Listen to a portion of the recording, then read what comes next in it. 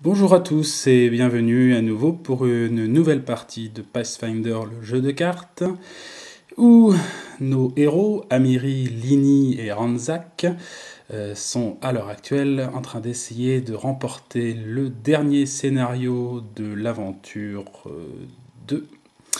Et ce scénario, c'est Ange de la Tour. L'Ange de la Tour, c'est une créature maléfique qui, depuis le haut de cette tour en ruine, a manipulé et a manigancé pour pouvoir apporter une moisson d'âmes aux seigneurs des runes qui viennent juste de se réveiller.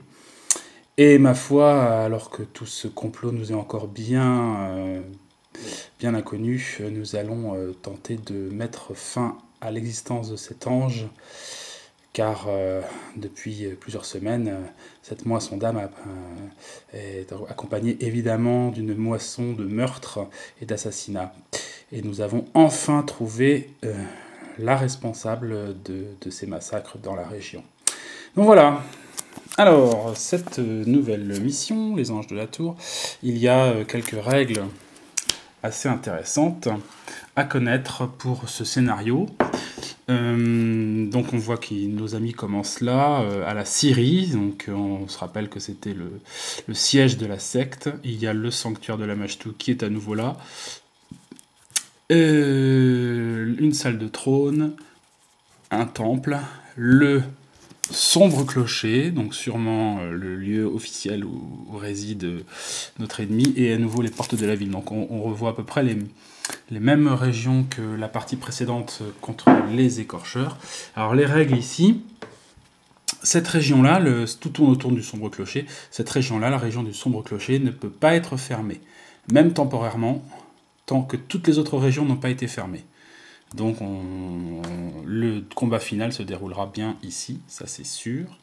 Et sinon, si le sombre clocher est ouvert et qu'aucun personnage ne s'y trouve à la fin d'un tour, peu importe, la tour de n'importe quel héros, donc s'il n'y a personne dans cette tour à la fin d'un tour, eh bien, on est obligé de jeter la première carte du paquet des bénédictions.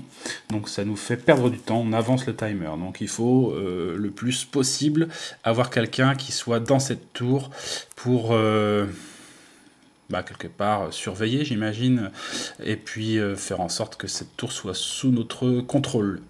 Voilà, donc ça va être un peu une course contre le temps. Sachant que nos ennemis sont comment on appelle ça déjà, des créatures charmées qui changent de forme, qui sont assez costauds. Et puis il y a aussi un golem épouvantail. Celui-là, il ne devrait pas nous poser trop de soucis parce que nous, on n'est pas vraiment magiciens. C'est plutôt une créature contre les magiciens. Voilà, donc nos héros sont là et on va commencer tout de suite par le tour d'Amiri. C'est parti pour le premier tour. Hop. Je vais faire un petit peu de place. Si j'y arrive avec une seule main. Voilà, comme ça c'est fait. Hop, voilà. Donc premier tour. Et donc, dans la Syrie, elle est bien, Amiri, parce qu'elle a un bonus de plus 2 à l'attaque. Je vais essayer de m'en rappeler.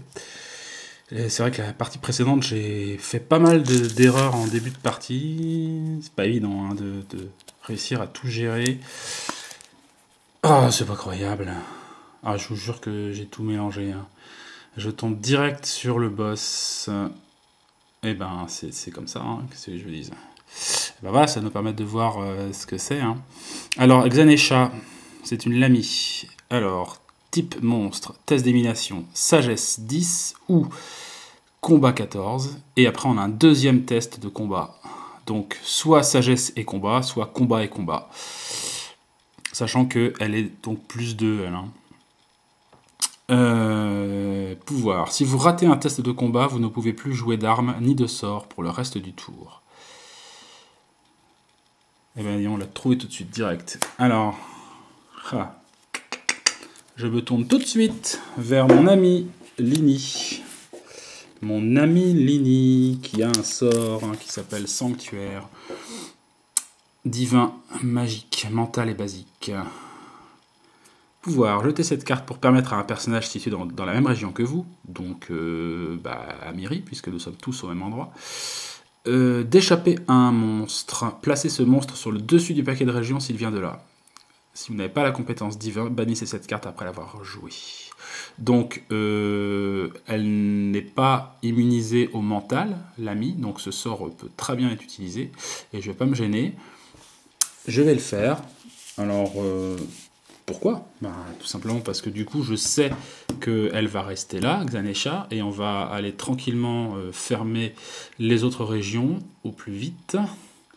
Parce que de toute façon, on va être obligé à un moment ou à un autre de l'affronter, mais si on peut éviter de l'affronter plusieurs fois, on va déjà sûrement automatiquement l'affronter 2 fois, une fois ici et une fois à la tour, c'est obligatoire, donc si on peut éviter de l'affronter 3 fois ou 4 fois, donc on va utiliser donc ce sort de contrôle pour laisser Xanesha ici, et on va aller ailleurs.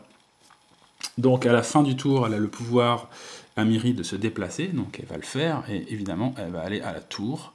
Donc elle va faire 1, 2, 3 et 4. Donc pour son déplacement, elle va utiliser sa sagesse. Elle a 1 dé de 6 plus 4 de survie. Enfin voilà. Donc elle fait 5. 1, 2, 3. Elle devait faire 4. Donc elle réussit, mais pas suffisamment pour ne pas avoir à recharger de cartes. Donc elle est obligée de recharger une de ses cartes. Elle a 2 armes, une armure. Je dirais on va recharger une arme. Allez, hop. Et on passe au tour de Lini. Ah oui, alors, Lini a lancé son sort de sanctuaire. Je vais voir tout de suite si elle peut le recharger, le récupérer. Donc elle va faire un test de divin de 8 de 8. Et elle fait 4 et 3, 7, plus tous les bonus, il n'y a pas de souci. Donc le sort est rechargé. Et donc, on va laisser... Alors, je la laisse face découverte, puisqu'on sait qui c'est, donc je ne vais pas trop m'embêter. On aura le souvenir comme ça. Elle va aller au temple de Lamashtu, c'est un peu sa spécialité, comme la partie précédente. Elle va aller là. Pour le déplacement, elle utilise la sagesse. Et la survie, elle fait 4. 4, 5, 6, 7, 8, 9. Donc, elle réussit de 8. Donc, elle a le droit de regarder la prochaine carte. Et elle sait que c'est un fantôme. Alors, est-ce qu'elle est en mesure de l'affronter? A priori, oui. Alors, le fantôme, c'est un monstre qui demande... Alors, elle est immunisée contre le mental et le poison, donc on ne pourrait pas lui faire sanctuaire, par exemple. Et surtout, si le test qui vous a permis de vaincre le fantôme n'est pas doté de la propriété magique, il reste invaincu. Donc, il faut une arme magique pour le combattre. Ça tombe bien. J'ai l'amulette des points invincibles, qui est magique. Accessoire magique basique. Donc avec ça, pas de souci. Si je l'affronte et que je bats le fantôme, ça sera comptabilisé. Donc, eh bien, allons-y. Alors, première chose, je vais utiliser une bénédiction pour augmenter ma force. C'est passer d'un dé de 4 à un dé de 10. Première chose. Puis, j'ai l'amulette des points invincibles qui me permet d'ajouter un dé de 4. Dans la mesure où j'utilise pas d'armes, ce sera le cas. C'est juste à révéler. Et je vais utiliser un sort de force qui me donne plus 3 à la force. Je vais tout de suite voir le test pour voir si je peux recharger mon sort. Il faut que je fasse 8 en divin aussi. Pas de souci. Alors, ouais, alors en fait, il faut exposer la carte. C'est-à-dire qu'elle reste là pour l'instant et elle sera bonne pour tout le reste du tour. On ne sait jamais, j'aurai peut-être besoin de mes bonus de force encore. Donc, bon, on fera le test de chargement plus tard alors. Donc ça me donne plus 3 à la force, sachant qu'elle a déjà plus 2, donc elle passe à plus 5 en force. Donc pour l'instant, j'ai un dé de 10, un dé de 4 pour l'amulette, et évidemment j'ai mon chien qui va m'aider, donc c'est un dé de 4 aussi, et il me donne plus 2. Donc ça fait plus 7 en tout. Plus 7. Et je dois faire au combat 12. Alors c'est parti. 4 et un 5, 7 et 5, et ben ça fait 12. Ouais, hein. Je me suis pas trompé cette fois-ci, je pense pas, c'est juste. Hein. Heureusement que j'avais utilisé ça. Donc comme ça a des propriétés magiques, je peux me débarrasser du fantôme. Ça c'est fait. mais je vais pas encore explorer. Ce sera un peu risqué. Donc ce sort-là, je vais essayer du coup. Je vais terminer mon tour, donc j'essaie de le recharger. Je le recharge, j'ai fait 4 et 3, 7, plus les bonus. C'est bon. Hop. Et je vais réinitialiser ma main. Tiens, j'avais oublié de le faire pour le barbare aussi. Le nouvel allié qu'on a récupéré au dernier scénario, le Père Xanthus, qui nous a un peu sauvé la vie. Hop. 3, 4, 5. Ça, c'est le nouveau sort qu'il a récupéré aussi à la dernière partie, éternuement enflammé. Il a remplacé un sort de blessure par ce sort-là, qui est plus puissant. Et on passe au tour de Randsack. Alors, j'avais pas fait de bénédiction, j'avais pas tiré de bénédiction pour le druide. Donc voilà, maintenant j'ai bien fait la bénédiction pour le gobelin qui se retrouve tout seul ici, donc il va pas rester là.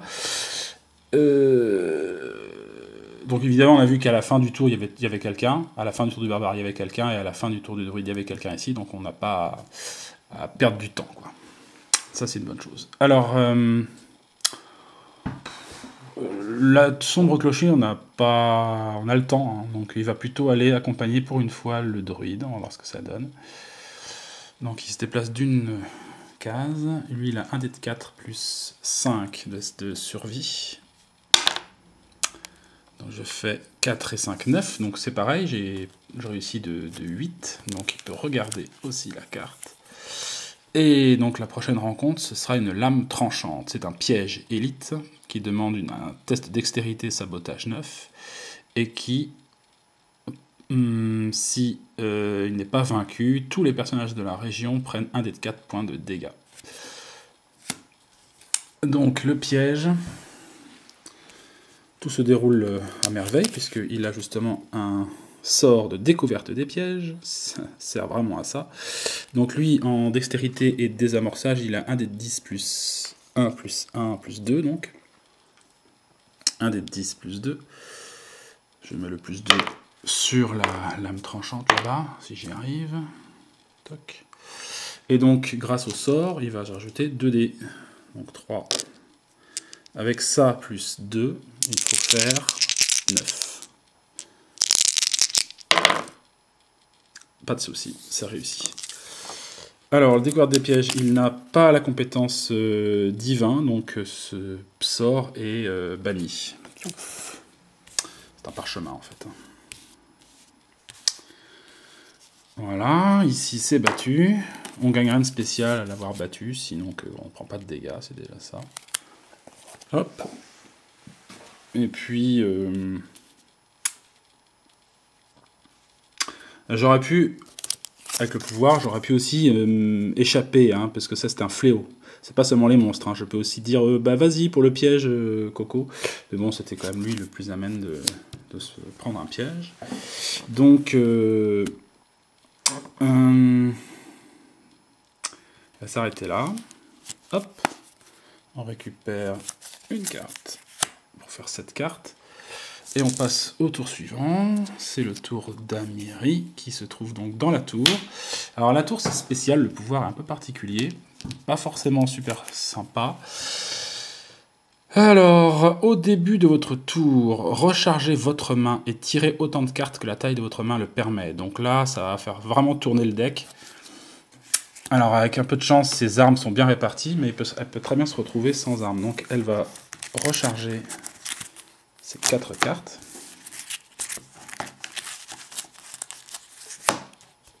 Un, 2, 3 et 4, ça va. Elle a des armes et elle a de quoi éventuellement passer des pièges, des choses comme ça, des bénédictions et des armes. C'est pas mal. Du coup, elle va pas trop se gêner, elle va explorer. Et elle tombe sur un grand coffre. Miam miam. Donc le grand coffre, bien, si j'arrive à soit le détruire avec force mêlée ou le crocheter avec sabotage et dextérité, eh bien, on va récupérer 1 à 4 armes que je mettrai dans ma main. Alors, qu'est-ce qui est le mieux? Par la force, elle a 1 dé de 10 plus 1 dé de 12 plus 4 pour faire Alors, le grand coffre est vétéran. Je vais le poser là. Vétéran, c'est-à-dire qu'il a plus 2 aussi, à cause du scénario. Pouf. Donc, il est à soit 11 de sabotage, soit 12 de force. Force, elle a un dé de 12, plus 4. Et elle peut éventuellement utiliser une bénédiction. En dextérité, elle a des dés de 6. En revanche, elle a une bénédiction Caestria qui lui permet de lancer 2 dés pour des tests de dextérité qui ne sont pas des tests de combat. Donc, qu'est-ce qui est mieux? 3 dés de 6 sans bonus pour faire 11. Ou 2 dés de 12 plus 4 pour faire 12. Moi, je pense que c'est 2 dés de 12 plus 4. Donc, je regarde si les autres n'ont pas des bénédictions qui peuvent aider aussi. Non, pas spécialement. Donc, elle jette sa bénédiction pour se donner un dé de 12 de force supplémentaire et elle va essayer de bousiller le coffre à grands coups d'épée à deux mains. Donc, elle a 2 dés de 12 plus 4 pour faire 12. C'est parti. Et ben c'est bon. 12 et 3, 15. Donc, le grand coffre est défoncé. Et donc je tire 1 à 4, savoir le nombre d'armes qu'elle va récupérer, qu'elle va trouver. Et j'ai fait 3. Donc je pioche une arme, 2 armes, 3 armes, donc ce sont des armes toutes pourries. Une masse et 2 bâtons. Donc ça c'est pas de chance, c'est comme ça. Qu'elle rajoute à sa main. Et du coup, elle va explorer. Encore, je sais pas si c'est très prudent. Ouais, si, allez. Elle explore. Elle tombe sur une enchanteresse. C'est le meilleur moment, je pense, pour la rencontrer. Alors, elle est plus 2. Alors, elle fait un dégât avant le combat et un dégât après le combat. Ça tombe bien, on n'a que des trucs nuls. Donc le premier dégât, boum, c'est un bâton. Pour le combat, je vais pas me gêner, je vais enterrer un bâton pour me donner un dé de 10 en plus. De toute façon, tout ça c'est gratos. Donc au combat, je vais avoir un dé de 12 plus un dé de 10 plus 5, plus l'arme. Et l'arme c'est le marteau de guerre. Donc un plus 6. Donc c'est bon. Je bats l'enchanteresse. Et je dois perdre quelque chose à la fin du combat. Donc la masse. Hop. Et voilà. J'touc. Et elle est battue. Donc voilà. Ça aurait quand même servi à quelque chose de cramer le coffre. Et à la fin du tour, elle recharge. Elle réinitialise sa main. Donc elle récupère 2 nouvelles cartes. Ok. Et maintenant, on passe à un nouveau tour. Le tour de Lini. Lini est au sanctuaire de la Mashtu. Elle va...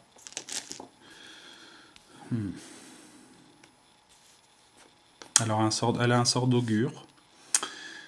Donc elle peut aller chercher plus facilement les sbires et tout ça. Donc elle va faire augure et elle dit monstre.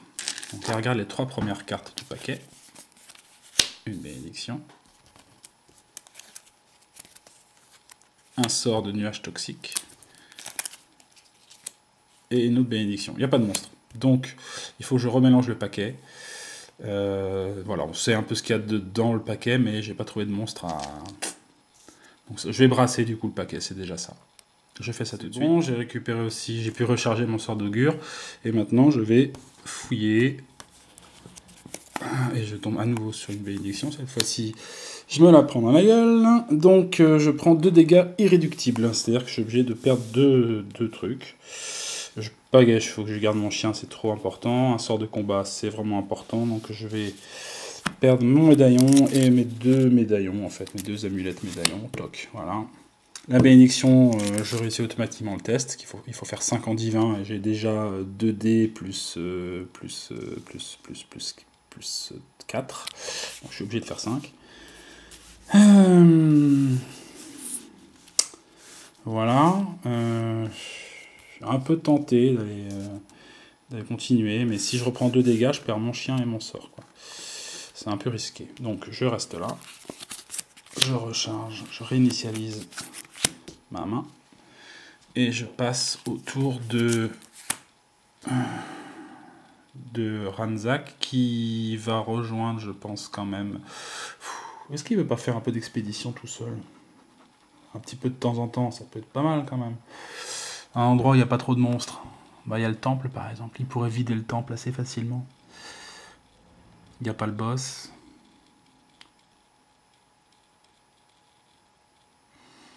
Je sais pas. Parce que...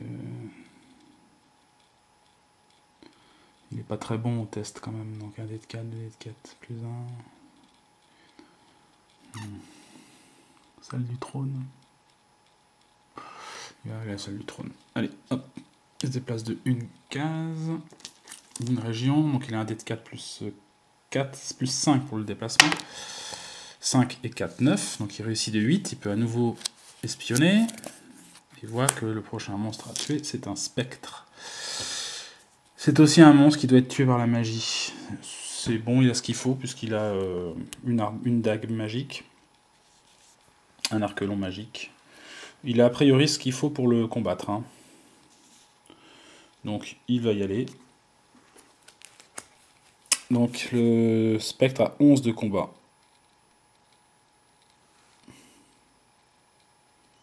Ou 7 de divin, mais j'aurai pas de magie si je fais ça.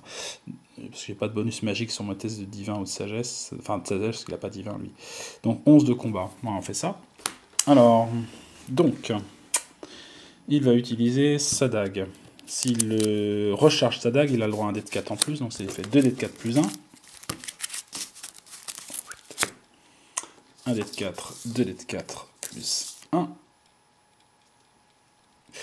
Et il a un dé de 10 en dextérité, plus 1, donc ça fait plus 2. Donc pour l'instant j'ai ça pour faire plus 2 pour faire 11. Ce qui est pas mal déjà. Et pour assurer le coup, il va utiliser son nouvel allié, Poug de Zarongel, donc qui permet, en rechargeant la carte, de rajouter 3 points de dégâts de feu à un test de combat. Et sinon il peut guérir aussi. Très très bon allié, je pense que c'est le meilleur allié du jeu. Donc il a un plus 3 de feu, donc il passe à 5. Schlouf, platch. Donc ça, plus 5 pour faire 11. C'est bon, j'ai un 10, 13, 18. Donc le fantôme est vaincu. Ça c'est bien. Alors par contre, malheureusement, c'est un fléau, donc je peux pas utiliser mon pouvoir pour explorer plus. Donc on va s'arrêter là, tranquillement. Je reprends 2 nouvelles cartes. Une bénédiction de la mage tout, c'est pareil, ça c'est quelque chose qu'on a gagné au tour précédent. Et un bâton de guérison qui va me permettre de récupérer des dégâts, mais j'ai jamais été blessé. C'est bien, non, ça commence pas trop mal cette partie. Donc nouveau tour pour Amiri qui est toujours à la tour, donc il nous évite de perdre des trucs. Ah oui, donc elle est obligée de recharger toute sa main. Et 4 cartes. Elle repioche 4 cartes. 1, 2. Ah, il y a une épée bâtarde, c'est bon ça. C'est bien, les armes sont bien réparties dans mon deck, donc ce qui me permet d'avoir toujours au moins une arme pour me défendre s'il y a besoin. Et j'ai outil de voleur, outil de maître s'il y a un gros piège. Donc je vais y aller les yeux fermés. Et je tombe sur un sort de sommeil qui ne m'intéresse pas. Donc je m'en débarrasse. Donc. Elle s'arrête là, on passe à un nouveau tour. Cette fois-ci, c'est le tour de Lily, qui est donc au sanctuaire. Au sanctuaire, elle va explorer et elle tombe, boum, sur une bénédiction qu'elle va gagner automatiquement, mais elle doit prendre 2 dégâts. Donc elle va perdre un chien, parce qu'elle en a un autre. Et elle va perdre une bénédiction de Torag. Voilà. Et elle va utiliser la bénédiction à nouveau pour explorer. Ah, c'est pas vrai. Une autre bénédiction, quoi. Donc, je suis obligé d'en prendre 2 dans la tronche. Donc, je vais faire 1 et 2. Voilà, j'ai plus de sort de combat. Et je récupère la bénédiction. Et je vais m'arrêter là. Je ne tire pas le test, hein, parce qu'il faut que je fasse 5 et je l'ai automatiquement. Tant que j'ai un animal, je l'ai automatiquement. Je récupère des cartes. Il me faut un sort de soin, ça serait bon. Moi, le bâton de guérison, c'est déjà ça. Ok, nouveau tour pour Ranzak qui va explorer. Hop.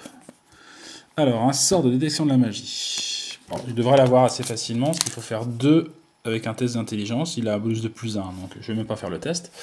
Donc, grâce à ça, déjà je dois lancer un dé. Si je fais 3, 4, 5, 6, je vais explorer. C'est pas le cas. Je vais utiliser mon sort de détection de la magie. Donc je peux regarder la prochaine carte. Si c'est magique, je peux m'y confronter. Non, c'est un nid de zombies. Tous les personnages de la région convoquent et affrontent un sbire sous-fifre zombie. Si un personnage n'arrive pas à vaincre son sous-fifre, le nid est invaincu. Donc c'est une saloperie. Donc ça c'est banni. C'est une saloperie. Un sous-fifre zombie, ça doit avoir force de 11 de mémoire. Donc j'ai quand même des trucs. Hein. J'ai des bénédictions pour me défendre.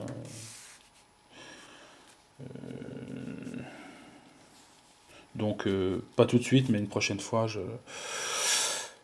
je pourrais m'en occuper. Donc ça reste comme ça. On va refaire encore un petit tour, là, 3 tours, et puis on fera une pause dans la partie. Donc c'est le tour d'Amiri, qui se trouve toujours dans la tour, donc elle est obligée de recharger les 4 cartes de sa main.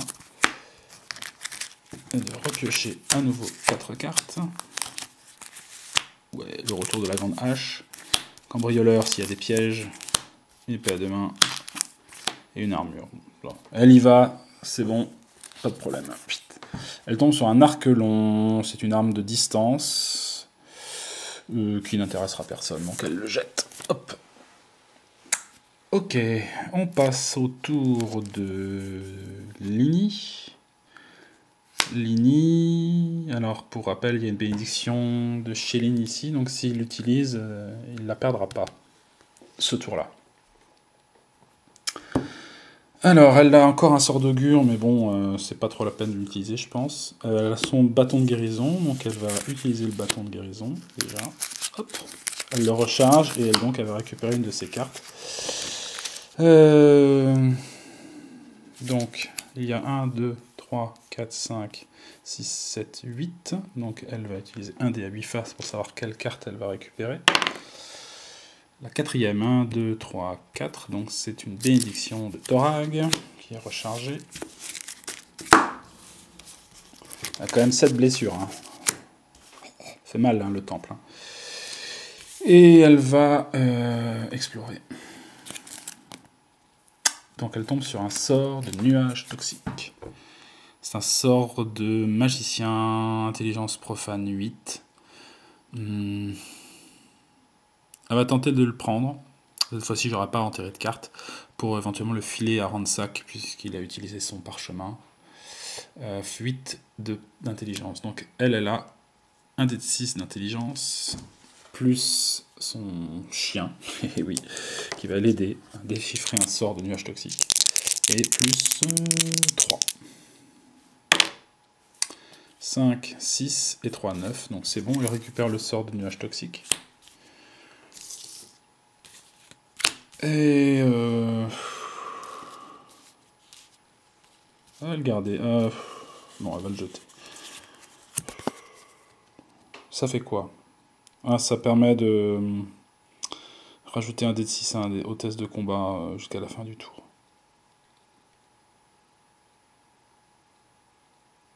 Pour tous les personnages. C'est le nuage toxique qui se répand sur tout l'ensemble de la région, quoi.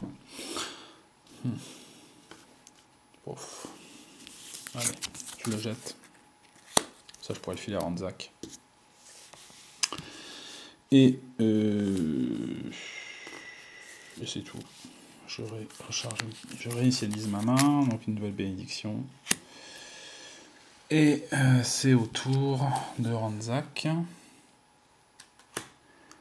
qui va donc aller affronter son nid de zombie. Donc je suis obligé de convoquer un zombie, un sous-fifre zombie, qui est donc plus 2. Et pour l'affronter, elle va utiliser son arbalète, je pense. Donc l'arbalète donne 1 dé de 8. Sa dextérité, c'est 1 dé de 10. Et elle va cramer sa bénédiction de la mâche-tout. Donc, si je l'enterre, j'ai le 2 dés pour un test pour vaincre un monstre. La déesse des monstres va l'aider à vaincre le sous-fifre des zombies.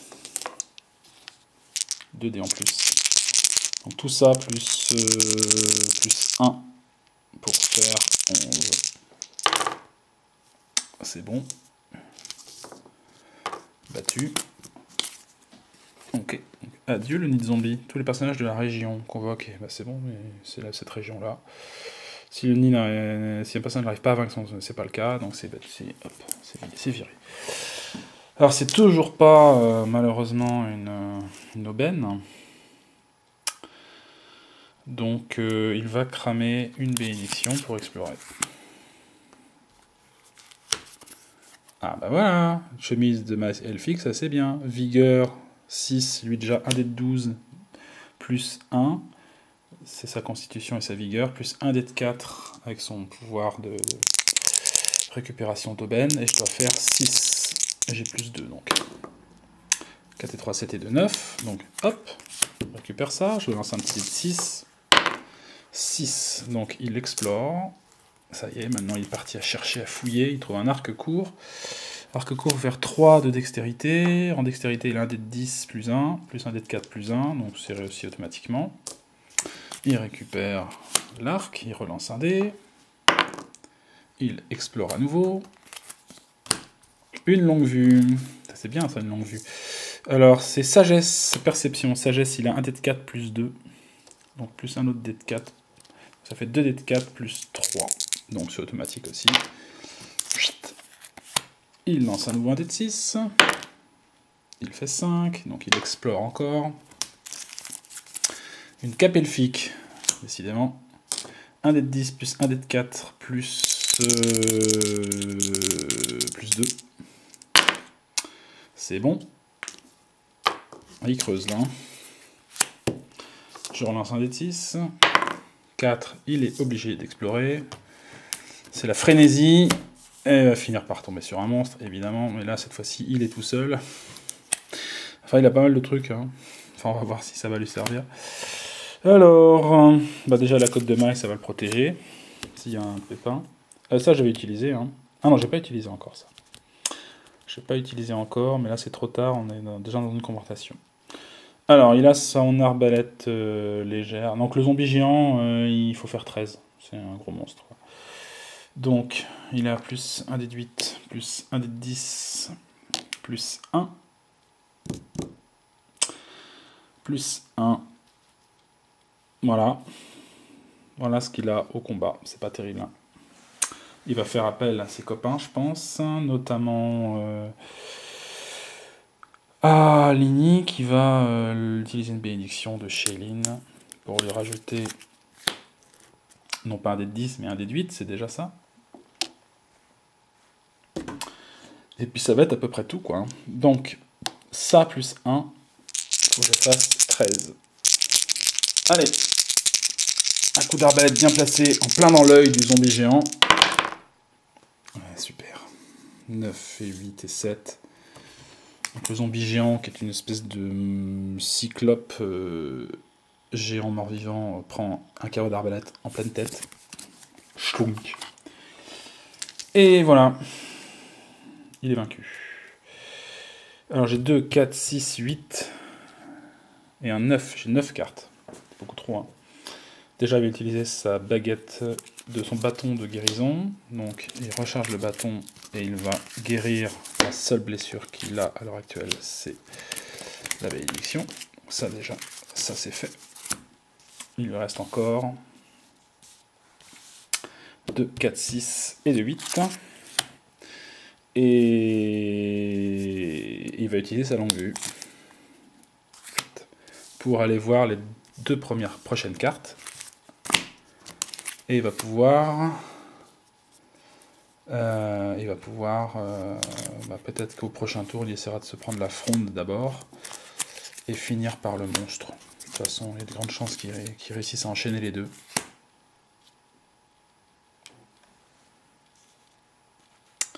Ok. Donc là, il a 7 cartes. Donc c'est bon. Ok, bon bah je vais faire une petite pause dans la partie. Ça me semble plutôt bien barré, on va dire. Même si on n'a pas encore fermé de région. On sait où est le boss.